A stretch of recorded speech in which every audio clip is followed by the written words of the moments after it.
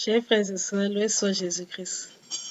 Aujourd'hui, j'aimerais parler de la mort de la Vierge Marie, que nos frères de l'Église orthodoxe aient parlé de plutôt de dormition. Voilà, de dormition, et ne pas confondre avec l'Assomption de Marie. Parce que quand chez les catholiques, disons Assomption de Marie, nous parlons de l'élévation corps et âme de la Vierge Marie. C'est ça que nous on dit l'Assomption. Et qu'on fait le 15 août. Mais quand on dit dormition, c'est plutôt la mort paisible de Marie. Marie est morte comme un sommeil. Elle a eu une mort glorieuse. Là, elle a eu la grâce d'une bonne mort. Saint Joseph, son époux, avait aussi eu la même grâce, mais Saint Joseph n'a pas eu autant de gloire que la Vierge Marie. On peut beaucoup se comprendre pourquoi, après sa mort, elle sera glorifiée. Et elle prendra une place plus haut que les anges. Elle deviendra la reine du ciel, plus haut que Saint Joseph. Alors, que s'est-il donc passé lors de la mort de Marie, qui est la mère de Jésus, la Vierge Marie? Que s'est-il passé? Alors, Marie avait 58 ans au moment de sa mort. Et nous sommes à Jérusalem. Tout se passe à Jérusalem. Alors, d'après les récits de témoignages, puisqu'il y a eu des personnes qui ont... Et il faut savoir que c'est l'événement qui n'est pas relaté forcément dans la Bible, mais on sait comment chacun d'eux est mort. Marie, dans 58 ans, à Jérusalem, était partie prier. Était en train de prier sur une montagne. Donc, était en train de prier. Pendant qu'elle priait, les versions changent selon la version que vous lisez. Parce que vous savez, quand il y a un événement, il n'est pas raconté de la même manière selon les témoins. Certains disent qu'elle priait au Saint-Sépulcre. Donc, elle disait qu'elle priait au Mont-Lion. Dans tous les cas, Marie était en prière ce jour. Et l'ange Gabriel lui a apparu, tenant à sa main une palme, une branche d'un palmier du paradis. Donc, d'abord, quand on dit que c'est le palmier, ça représente la gloire. Quand Jésus est entré à Jérusalem, l'entrée triomphale de Jésus à Jérusalem, quand on dit béni soit celui qui vient au nom du Seigneur, les gens, il y avait les palmiers. C'est là que le jour de. Quand nous fêtons le dimanche des rameaux, nous avons les palmes. Donc, l'ange Gabriel apparaît tenant la branche d'un palmier du paradis. Au paradis aussi, les palmiers qui présentent la gloire, tout ce qui est de bon. Il tenant dans le palmier, la branche du palmier du paradis. Et qui vient annoncer à la Vierge Marie qu'elle va mourir bientôt. Je crois que c'est un délai de 3 jours. Et Jésus va rejoindre son fils au ciel. Jésus, je vais le chercher. Alors, Vierge Marie avait aussi manifesté le désir de revoir les apôtres, parce qu'elle ne voulait pas partir. Elle voulait dire au revoir aux apôtres qui étaient éparpillés dans le monde. Parce que souvenons que après la persécution, finalement, les apôtres se sont... Parce que Jésus leur a dit d'aller évangéliser toutes les nations. Ils se sont éparpillés, chacun allait dans les pays. Seuls Jean restait avec Marie parce que Jésus, quand il mourait, il avait confié sa mère à Jean. Il a dit, femme, voici ton fils. Et à Jean, il a dit, Jean, voici ta mère. Depuis ce jour, Jean a pris sa Marie chez elle, surtout que Marie n'avait pas d'autres enfants. Donc, c'est Jean qui sont occupés de la Vierge Marie. Mais lorsque Marie va mourir, Jean sera libre d'aller où il veut, de faire comme il veut. Mais durant son vivant, il devait prendre, c'était sa mission. Donc, on peut dire que c'était l'enfant de la maison. D'ailleurs, c'était plus juste l'enfant de la maison. Tandis que les autres apôtres allaient évangéliser partout dans le monde. Donc, Marie, tant qu'on est à côté des apôtres, fait donc la demande de revoir les apôtres. Elle veut leur dire au revoir. Il est béni. Il est béni. L'ange acquiesce. Curieusement, un miracle se produit, on ne sait pas comment. On voit atterrir à Jérusalem, tous les apôtres partout étaient éparpillés. Peu importe le pays, imaginez-vous un peu que vous êtes peut-être à Paris et que vous demandez que je veux voir avant de partir, je ne sais pas si je veux revoir mes amis, et puis certains, l'autre en Italie, l'autre peut-être au Brésil, l'autre, je ne sais pas, Côte d'Ivoire, l'autre au Sénégal, l'autre au Cameroun, et puis tous reviennent. C'est pas comme par magie, c'est pas comme, mais les gens sont revenus. En fait, le Seigneur a alerté chacun rentre à Jérusalem. Donc, quand chacun arrive, ok, donc mon frère, toi aussi, tu es venu, oui. Qu'est-ce qui s'est même passé? Le Seigneur qui est parti avertit chaque apôtre pour nous faire revenir. C'est comme là que les apôtres reviennent. Et très rapidement, en peu de temps, reviennent à Jérusalem. Et Marie, donc, les met au courant que l'ange le même ange qui l'avait fait l'annonciation est venu encore lui dire que bientôt elle va mourir et qu'elle va aller rejoindre son fils au ciel. Et elle rend grâce à Dieu parce qu'elle a permis qu'il revienne, parce qu'elle voulait les revoir une dernière fois avant de quitter pour lui dire, pour faire les adieux, elle est bénie. C'est comme ça qu'elle va bénir les apôtres, elle va dire adieu. Et il savait déjà que Marie va mourir. Une messe aurait été célébrée, Marie a reçu la communion, tout. Et puis, Marie est morte, on a préparé comme tout. Et puis, on dit qu'au moment de sa mort, une lumière a apparu dans la pièce. Elle est morte comme si elle dormait en fait. On parle de parce que chez les orthodoxes, on parle de la dormition de la Vierge Marie. Parce que Marie est morte comme si elle dormait. C'est comme quelqu'un qui se couche là. Oh, je veux dormir, je suis fatiguée. Puis, paisiblement, elle a eu la grâce d'une mort. Quand nous faisons souvent le chapelet, on arrive au 4e mystère glorieux. Le premier, c'est la résurrection. Le deuxième, c'est l'ascension. Le troisième, Pentecôte. 4e mystère glorieux, l'assomption de Marie. La grâce que nous demandons là, c'est la grâce d'une bonne mort et d'une dévotion à la Vierge Marie. La grâce d'une bonne mort. Chacun de nous doit prier pour avoir la même grâce. La même grâce qu'a eu Saint Joseph, l'époux de Marie. La même grâce qu'a eu la Vierge Marie. La grâce d'une bonne mort. Marie est morte comme si de rien. Et puis quand elle est morte, on dit qu'une lumière a apparu dans la pièce. Et on a vu, il y a eu la parole, Jésus est descendu avec les anges. Jésus est venu prendre l'âme de la Vierge Marie, son âme. Et on l'a emporté au ciel, on a emporté son âme au ciel, avec des hymnes, avec des louanges. C'était tellement beau, c'était magnifique. On est venu chercher. Et beaucoup de personnes ont été témoins de cet événement-là. Puisque ça nous rapporte, parce qu'il y a eu des témoins oculaires de ce qui s'est passé. Donc, elle a eu cette gloire-là. Jésus est venu chercher son âme. Et puis, bon, on a amené le corps, les Juifs ont préparé le corps comme des Juifs. Voilà. Il y a la coutume d'enterrer les morts. Donc, on a embaumé le corps pour faire tout le cérémonial qu'il faut pour enterrer un mort. On a amené son corps donc, pour aller enterrer dans le tombeau qui avait été préparé pour elle. Et on dit que dans ce tombeau qui se trouvait à Gethsemane, c'était aussi le même tombeau où on a enterré ses parents, Anne et Joachim, et le même tombeau où on avait enterré. Bref, le même lieu, on avait aussi enterré Saint Joseph. Voilà. C'est là où Marie a aussi enterré. Là où Marie s'est enterrée. On dit en cours de route, on raconte ceux qui ont été les témoins oculaires de la scène. On raconte qu'en cours de route, quand on a amené le corps de Marie, tous ceux qui s'approchaient de son corps, ou bien qui touchaient son corps, les malades étaient guéris, les aveugles retrouvaient la vue. Les boiteux marchaient. Il y avait des miracles qui se faisaient. Si bien que les gens, tout le monde qui apprenait seulement que mon frère, tu es au courant, la mère est morte. Les gens couraient seulement que ma mère, les gens veulent seulement toucher parce qu'on dit que les miracles se produisaient à la mort de Marie. Les malades guérissaient.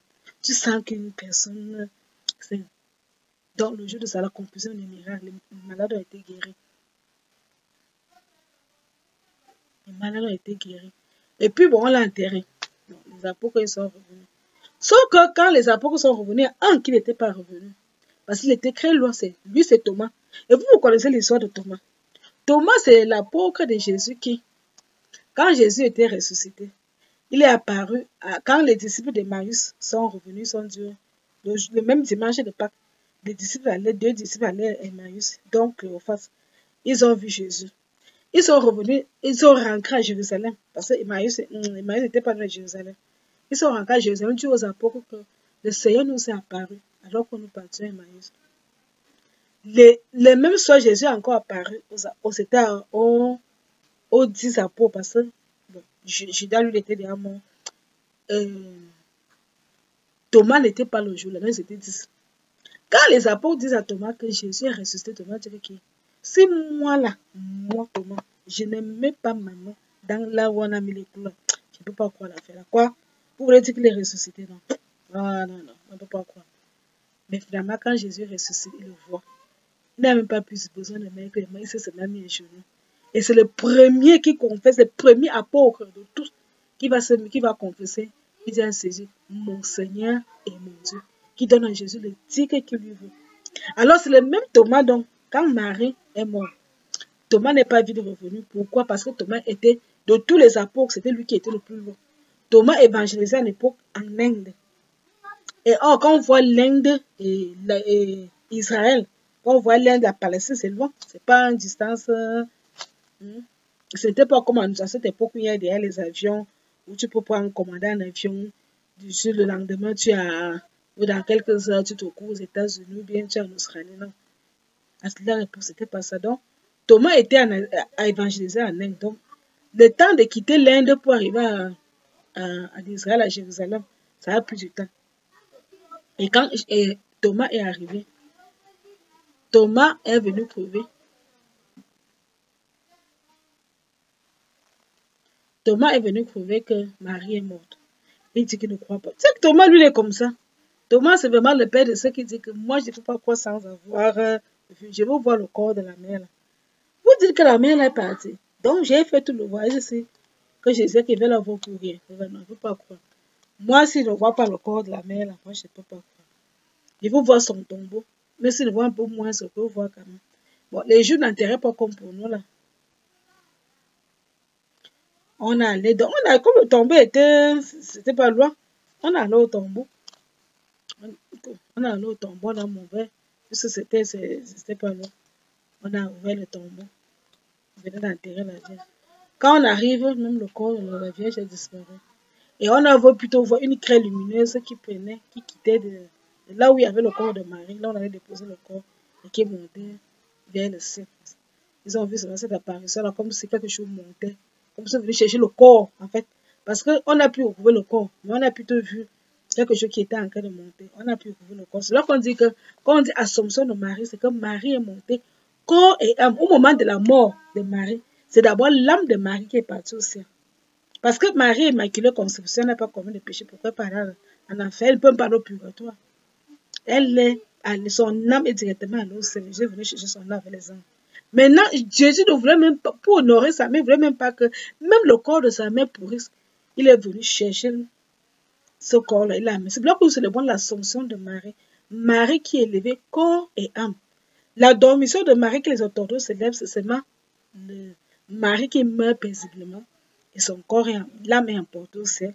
Mais nous, dans les catholiques, c'est le bon de l'Assomption, c'est-à-dire l'âme et le corps de Marie qui sont élevés au ciel. C'est ce que c'est le bon de 15 août. L'âme et le corps de Marie. Parce que c'est d'abord un fait historique. Il n'y a pas, on ne peut pas te montrer quelque part où tu vas trouver le corps de Marie. On connaît le tombeau de Marie. Si tu pars à Jérusalem, tu pars en Israël. Tu demandes aux Juifs où se trouve le tombeau de Marie, on va te montrer. Mais demande où est le corps de Marie, personne ne va te le montrer. Parce que Marie est montée corps et âme. Et même c'est Martin Luther qui a créé qui ouvre le protectif, qui a créé les luthériens. Lui-même était un grand défaut de Marie. Quand vous lisez l'histoire de Martin Luther, c'était un grand défaut. C'est pas à cause de Marie qui a quitté l'église catholique. Il a quitté l'église catholique pour d'autres raisons. C'est pas à cause de Marie. Martin Luther a toujours aimé la Vierge Marie. La mère est montée corps et âme. Jésus n'a même pas voulu que le corps de sa mère. Et c'est la seule personne au monde qui a eu cette grâce-là. Tout le monde là attend la résurrection. Certains seulement il accorde la grâce, ce n'est pas donc le corps ne pourrit pas, un peu comme le pape Jean-Paul II. Son corps est intact. Comme Saint Thérèse, l'enfant Jésus, son corps n'a pas pourri. Il y a celle qui a eu les apparitions, Bernadette Soubirous, qui a eu les apparitions de Lourdes. Son corps n'a pas pourri. Il y a beaucoup de saints comme ça. Hein. Il y a beaucoup de saints. Palotti, Vincent Palotti, Padre Pio. Ils sont nombreux. Hein. On peut en citer beaucoup de saints qui ont eu la grâce de l'Inde. Sainte Rita de Cassia, qui est souvent évoquée pour les cas difficiles. Elle n'a pas connu la corruption. Je ferai peut-être un enseignement sur ces saints-là, sur les saints qui n'ont pas corru. Je crois que je ferai un enseignement dessus. Mais c'est pour dire qu'il y a eu des saints. Leurs corps sont comme s'ils dormaient. Jean-Paul II, le pape Jean-Paul II, son corps n'a pas pourri. Son corps n'a pas pourri. Donc, c'est possible. Mais Jésus, non seulement qu'il ne voulait pas que son corps de sa mère pourrisse, il est venu chercher son corps. C'est le seul être humain. C'est ici sur terre qui a connu cette grâce. Et il a levé son corps. Et Marie a été couronnée reine du ciel. Quelle grâce! Il faut que chacun de nous prie. Nous devons demander à la Vierge Marie d'intercéder pour nous, pour que Dieu nous accorde la grâce d'une bonne mort. Mourir comme Marie. Joseph a eu la grâce de mourir entre Jésus et Marie. Il y a les gens qui avant leur mort voient la Vierge Marie. Il y a les gens qui avant leur mort, ils voient Jésus. Et Jean à qui Jésus vient avertir que dans 2 ou 3 jours, tu vois. Quand Jésus fait des promesses, par exemple, tu fais les 15 oraisons, 15 jours avant ta mort, tu recevras dans mon corps. Et tu as cette promesse. Et les gens comme ça, mon frère, prépare ta mort. Fais les 15 raisons. Tu auras cette grâce. Fais le 7 patterns. Donc, chacun doit prier pour obtenir la grâce d'une bonne mort. J'avais fait une prière, si vous cherchez un peu dans les vidéos, la prière pour obtenir la grâce d'une bonne mort. Il y a une prière que j'avais fait là, j'avais publié. Pour la prière pour obtenir la grâce d'une bonne mort. Et quand nous faisons le quatrième mystère glorieux, la solution de la Vierge Marie, la grâce à demander, c'est la grâce d'une bonne mort. Mourir comme Joseph qui est mort que les mains de Jésus et de Marie. Mourir comme la Vierge Marie qui meurt avec Jésus. Entourer les anges. Quel honneur, quelle allégresse. Il n'y a pas de plus grande mort que cela. Si Dieu nous accorde cette grâce, la grâce de mourir entouré de Jésus. C'est le bonheur total, c'est le bonheur parfait. Finalement, on n'aura même plus peur de la mort parce que la mort devient comme son passage d'une étape à l'autre. Handel chantait, reprenant comme passage biblique. Oh mort, où est ta victoire? Oh mort, où est ta victoire? Parce que la vie a vaincu la mort. La croix a vaincu l'enfer. Alléluia. Ah oui. Si le Christ n'était pas ressuscité, disait Saint Paul, vaine serait notre foi. Que Dieu vous bénisse et que la Vierge Marie intercède pour nous. En tout, béni soit Jésus-Christ.